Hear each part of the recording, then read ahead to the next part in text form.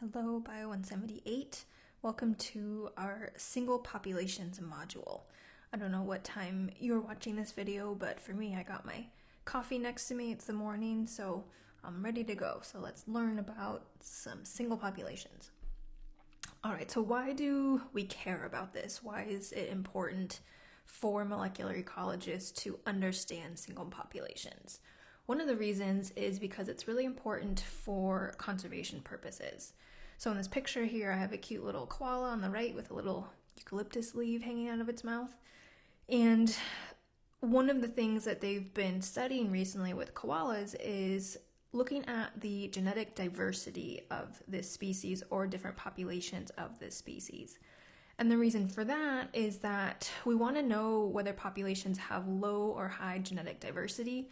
We'll talk more about this later in the module, but the idea is that if a population has higher genetic diversity, they have more genetic variants.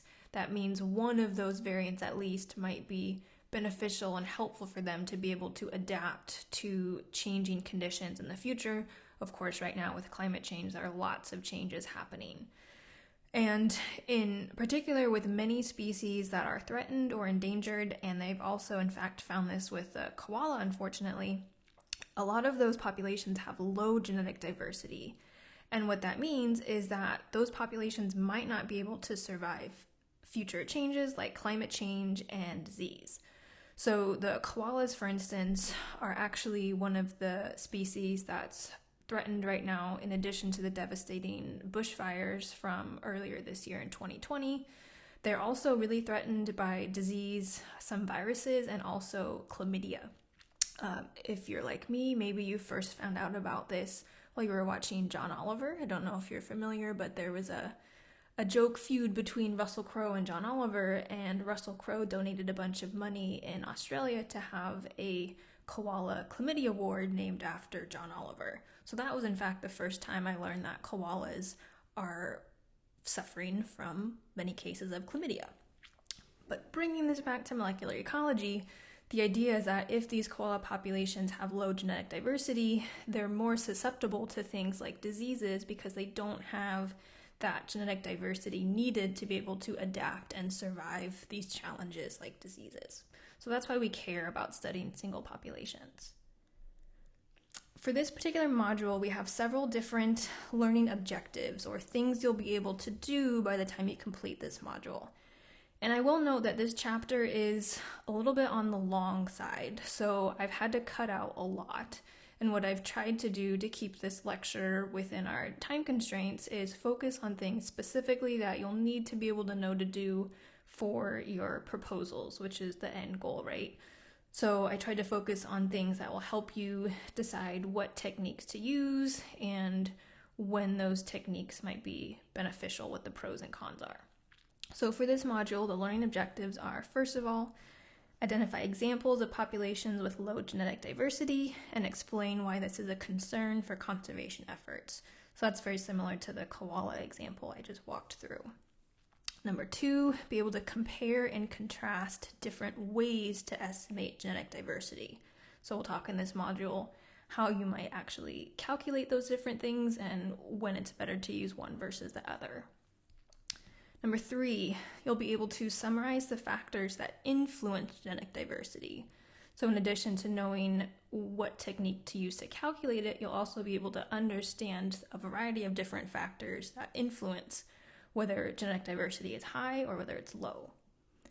And then lastly, similar to what we talked about in the previous modules, you'll be able to choose a paper that could be used to write a proposal about genetic analysis of single populations. Again, that's preparing you for the first proposal that you're going to write that'll be based on one of the topics we've covered in the course so far. So that main assignment will be to find a paper related to genetic analysis of single populations that you could use as a starting point if you choose to write your first proposal on a topic related to single populations that we're covering today. This is a paper that I found from Googling genetic diversity and molecular ecology. Those are the search terms I used.